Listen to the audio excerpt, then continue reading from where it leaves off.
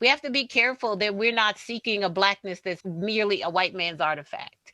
And I think that that's what tends to happen, right? It's like our moral framework is framed out by the very people that meant for our oppression. And so, what does it mean for us to actually do the work of structuring the kind of lives that we deserve as human beings? And that means that we shouldn't take up, that poverty is because of a one parent household because some white guy, created the bell curve and they wanted to talk against, welfare queens. But that's the work we've been doing. We've been picking up the work of our oppressors and bringing it into the church. And that has become the ways in which we actually structure for folks how they should be and live in the world. And I think that it is so important for us to start at the place of what does it mean for Black life to really be a thriving life? And then what must we do as a collective of people that have so much, whether that is the financial resources that may be in the church, whether that is the educational resources that we may have, whether that is simply being a space where we can have whole community come together and celebrate each other.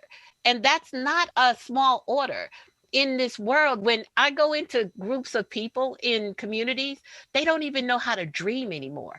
When you ask people, what are you dreaming? It is dead silence.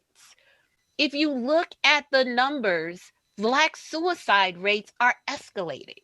The suicide rates of Black children are escalating. The level of dissociation with society is so, it's frightening. And so we can't even talk about our ability to even be in the market and structure any of this for the next generation, the generation after that, because we're losing them. So we have to think about how can we do this work in such a way that it regrounds us as a people.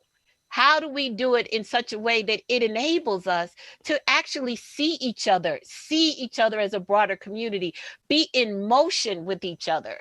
And I think that, we can build a lot of things, but if we lose people in that process, then what have we really gained?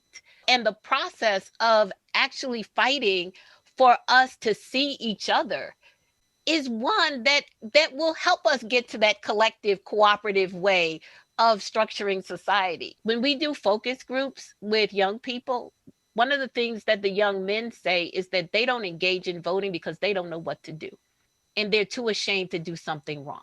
That's because we have not done the work of actually continuing to teach our people how to engage in society from a place of power, a place of collective power, where we strive for what we all need to survive and not just hold up, the wonderful exception as the goalpost for the rest of us.